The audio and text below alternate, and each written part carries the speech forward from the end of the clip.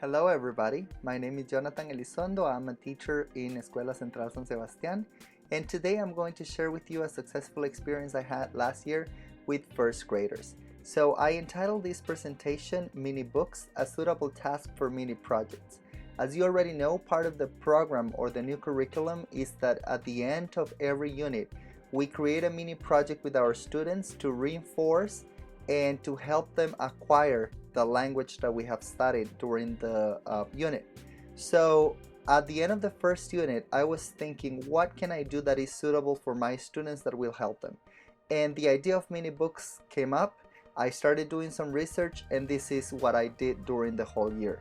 So first of all, let's look at the definition. What are mini books? So if we look at the internet definition, mini books are content-specific reading material as the language they include derives from the language presented in class. I decided that this tool actually suited my purposes very well because I needed my students to use the language that they learn in class in the mini project. Also, these are used for self-study reading practice at home. I wanted my students to take it home and do something else, like review what we were studying in class. And of course, mini books are creative and fun. So I'm going to share with you 3 specific mini books I created and how I came across these ideas. Again, to reinforce, taking into account the scenario, the enduring understanding, and the essential questions for each unit. So let's look at them. The first one I had was for unit number 1, that is all about me. The essential question for this unit is what makes us special, and the enduring understanding, our names, the way we look, and the way we feel make us special. So I went online, I found the regular way of making a mini book, and this is the final process. So what I did was I found the pictures I needed online. I created this mini book. As you can see here, we have all the page numbers that the mini book has or will have at the end. We start with the first page or the cover of the book, and then in each of them you see that it's very guided. So I provided the prompts, but I was also providing the help for my students to write down what they needed to write. I was asking my students what they needed, if they needed their name, so in case they didn't know how to write their name, so I wrote it on the board and helped them with that. But they had to make the decisions as of what information that I was providing needed to be in each of the parts. And at the end, they sat down and started talking to their classmates about it. So as you can see here in this picture, I actually have one of the students that is creating the mini book, having a lot of fun, very concentrated, very focused. And what are some of the recommendations in the case of this mini book? So first, give the paper already cut to students. If you see what the student has there, it's already cut on the sides, so it doesn't take time. And again, they at this point they need some help with that. I also recommend that you give them step by step using the numbers. So once you're going to start folding the different pages or folding the book, give them one step at a time. And then once everyone is ready, go step by step to fold the book. What I actually did was I started folding the book for those that were fast finishers so they could see how it worked, because if you see the instructions, they are not that easy for students in first grade. So I showed some of the students and then they had to collaborate with other classmates. Again, it's very important that we're promoting collaboration in these mini books or these mini projects at the end. Now, the second mini book I created was for the unit of going to school so cool. So again, the essential question for this one, what makes our school special? And the enduring understanding, our school is special because of the people, the places, and the things we do there. So I started thinking, I already did a mini book. It was just a book. But then I wanted to do another one, but I wanted to add variety. I didn't want for this book to be the same as usual. So I came up with this idea of making circles, 5 circles, one circle bigger than the previous one, so on and so forth. I gave my students the phrases of the places in the school, the principal's office, the cafeteria, the classroom, the library, and then I wrote on the board the prompt, "This is the." So my students pasted the part of the school, and then they had to write, "This is the." I also gave them all the different options because at this point they are not able to write on their own. They need to see in order to copy what is on the board. So they recognize the words, but they are not able to produce the words themselves in a written form. So I wrote on the board, principal, teacher, librarian, lunch helper or cook, chef, and actually my students needed to paste the part of the school, then write the sentence with the person that works in that part of the school, and at the very end they needed to create a little illustration. So what was the great thing about it? I noticed that this specific mini book was helping my students with some critical thinking strategies. One of the students wrote or pasted cafeteria, and he wrote, "This is the teacher." When I asked her, "Why did you write teacher here?" She said, "Well, teacher, when you take us to the cafeteria, you're working with us." And that means that student was actually employing critical thinking strategies. Now, if you see here, what we did was created the mini book, punched it, we punched a hole on all the pages, and then with some string, we formed the mini book. We did like a gallery walk outside the classrooms, and then students from other groups and from other levels also came to see, to read their mini books.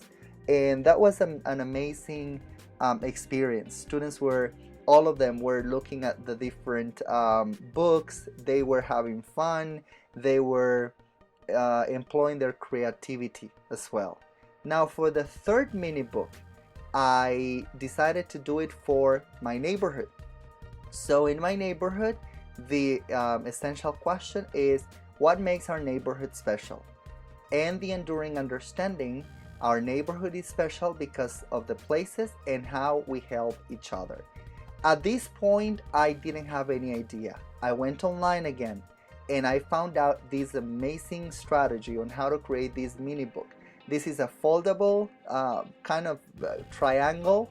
Then when they open it, it has, as you can see here, it has the different pictures that the student created and a little something that they wrote, and they can read it to somebody else. So the strategy again, I wrote prompts on the board. I wrote, for example, "This is my neighborhood," or "This is the," and then a list of the different places. This is the supermarket, hospital, school, church. And my students were completing those prompts, like matching the in the beginning of the sentence with the end of the sentence that was the place. They made decisions as of what to include here in the mini book, and they had again a lot of fun. They created their own cities or their own neighborhoods. So you actually see that what I gave them was this square. So I guided them. The dotted line is the line in which they cut. The lines that are black are the ones they fold, and the ones that are blue that are not dotted is the ones they used to write. So at the very end, they had to cut and they had to arrange their mini book. They came to the front of the class, they had to present, and they had a lot of fun. I noticed with these 3 projects that all my students wanted to come to the front and share.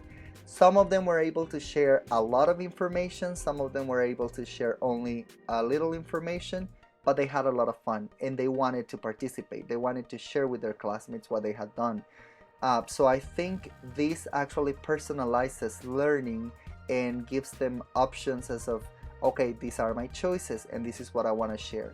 So what are some of the strengths, opportunities, and plan of action for these strategies? Some of the strengths of mini books: it gives opportunities for students to reflect about their own learning. It actually gives them opportunities to practice the target language in a freer and safer environment. Again, freer because they make the decisions as of what goes where, and safer because they share what they know. They are not forced to share with their classmates. It promotes creativity, that's another strength, and it develops love for books and reading from an early age. I mean, we Costa Ricans, I think we're not a culture of reading. We're not a country of readers. And we need to start telling our students reading is very important for life, not only for English classes. Some of the opportunities, sometimes difficult to plan in varied ways. Again, I needed to do some research, I needed to make decisions. It might take time for some students to create, but again, if you start using collaboration, definitely they can help one another. Students feel uncomfortable by creating a mini book and presenting it to the group sometimes. And as part of the plan of action, in the future, I will offer them enough time so that they feel successful, that everybody finishes. I will make sure they understand the process, that the process is more important than the product. Some of the students were worried about the product, but for me as a teacher, I wanted the process. I wanted to see what they were able to do and to evaluate based on that. And keep on looking for different ways of creating mini books, kind of thinking outside the box. So, what are some of the types and advantages of the mini books? I found this interesting picture online that I think summarizes everything. So if you see, basically mini books can be made in many different ways. If you see here on the left side of the picture, you have like concertina, hexagons, triagramma was one that I made from one piece of paper. That's another one I made. There are many different. And what are the benefits of doing or using mini books in the classroom? So they are personal. You personalize learning. They promote oracy, literacy, dictionary skills. They are quick to make, even though they might take a little time sometimes, but they are not that difficult to make. They promote creativity. You can keep a record of students' work, and they also keep a record of their own learning, which is what we are trying to do with the new curriculum, that students feel responsible for their own learning and self-assess their learning as well. And of course, they are versatile and they're very useful to share with other people. So my final thoughts for you and my final recommendation is go ahead, get online, think about mini books, look for different options, think outside the box. And I think these kind of projects are very useful for mini projects. Students benefit. You are including their likes and dislikes when they are creating their mini books. They make decisions, which is a skill we need to teach in the 21st century. And when they take it home and they share with their families, you are also extending learning beyond the classroom, which is, I think, very important. So I hope you like this activity. I hope you like these ideas. Let me know how it goes to you. You have my contact information here. I hope you benefit, and I would really like to hear from you. So thank you very much. See you in the next time. Bye-bye.